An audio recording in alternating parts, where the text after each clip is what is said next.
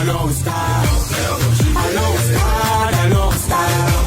Quel que soit le prix, quel que soit le match.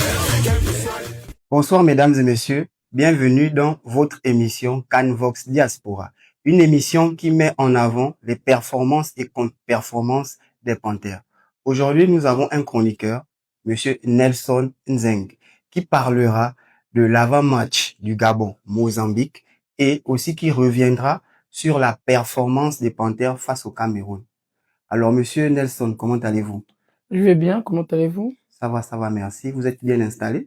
Oui, confortablement, merci. Alors, nous allons parler d'abord du match Cameroun-Gabon. Comment avez-vous perçu d'abord la mentalité des dirigeants camerounais vis-à-vis de leurs poulains? Parce que nous avons remarqué que tous les cadres au niveau du Cameroun n'ont pas été sélectionnés. La mentalité des dirigeants camerounais vis-à-vis des cadres a été surprenante parce que voir des joueurs comme André Onana écarté, Vincent Aboubakar et surtout virer le coach à 2 semaines du coup d'envoi d'une compétition aussi importante, c'était vraiment un choc pour le football mondial et surtout pour le football africain. Donc c'était un coup dur du côté du Cameroun, mais de notre côté, c'était peut-être quelque chose de bien, une source de motivation parce que c'est un problème chez l'équipe camerounaise dont on aurait pu profiter, mais malheureusement, ça ne nous a vraiment pas servi à grand-chose parce que les Camerounais, comme on dit, impossible n'est pas Camerounais et ça s'est ressenti lors du dernier match. Et vous avez parlé de motivation. Est-ce que nous allons dire que cette motivation, c'était une arme pour ces joueurs camerounais, d'abord de prouver, parce qu'il n'y avait pas de cadre, et prouver au sélectionneur, au président de la Fédération camerounaise de football, qui n'a pas eu tort d'avoir mis ses espoirs sur ces joueurs.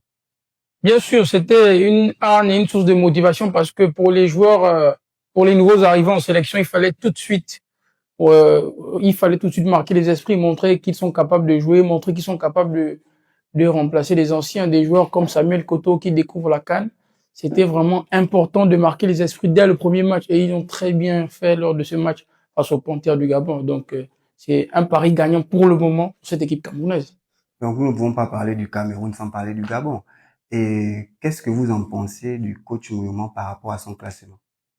Beaucoup déçu par rapport au classement de notre entraîneur lors de cette première journée parce qu'on n'a pas compris les choix tactiques du coach parce que lors de la conférence de presse de la liste que lui-même il a donnée, il a justifié certains choix qu'on ne comprenait pas, comme la présence de Malik Evouna, et on n'a pas compris pourquoi l'absence de Pierre-Emerick. Malik Evouna était dans les tribunes. Maître Eric Baboué, beaucoup m'avant-centre alors qu'on a Malik sur le banc, alors qu'on aurait pu mettre encore Xavi Babika ou Teddy Averland dans cette position. C'était incompréhensible. Et un match aussi important contre le Cameroun, une équipe voisine, c'est-à-dire le derby d'Afrique centrale, c'était vraiment un match à ne pas perdre parce que il y a cette concurrence-là, il y a cette rivalité qui date de plusieurs années. Depuis des décennies. Et c'est vraiment, le public gabonais est très déçu de cette première performance et on espère qu'au prochain match, il va rapidement corriger ses lacunes. Et quel bilan nous pouvons faire par rapport à cette prestation? Est-ce que l'attitude des joueurs sur le terrain a reflété les attentes de la population gabonaise? Pas du tout. L'attitude des joueurs n'a vraiment pas reflété les attentes de la population gabonaise parce qu'ils ne sont pas rentrés dans le match. Dès le coup d'envoi, on a senti des joueurs crispés, des joueurs qui étaient dépassés par l'événement. On s'est peut-être dit, bon, pour des nouveaux, on peut comprendre, c'est pour des joueurs comme Teddy Averland, c'est une première expérience. C'est pas facile de rentrer dans une CAN, de débuter un match contre le Cameroun. Mais pour des joueurs expérimentés, des joueurs comme Didier Ndong, comme Bruno Manga, c'est vraiment pas pardonnable parce que ils ont l'expérience, ils ont joué plusieurs CAN et ils auraient dû faire mieux. Et c'est ce que le public gabonais réclame. Ils veulent des joueurs qui mouillent le maillot. Si on perd, on doit perdre contre des adversaires plus forts. Pas perdre d'une manière, de cette manière où les joueurs ne sont pas vraiment donnés à fond et vraiment nous sommes déçus. Nous allons parler tactique. Et est-ce que la technique mise en place par le sélectionneur a porté ses fruits ou nous voyons les limites de cette tactique? Parce qu'il y a des matchs contre la Mozambique et surtout contre la Côte d'Ivoire. Est-ce que cette tactique portera ses fruits ou nous allons aller dans un gouffre?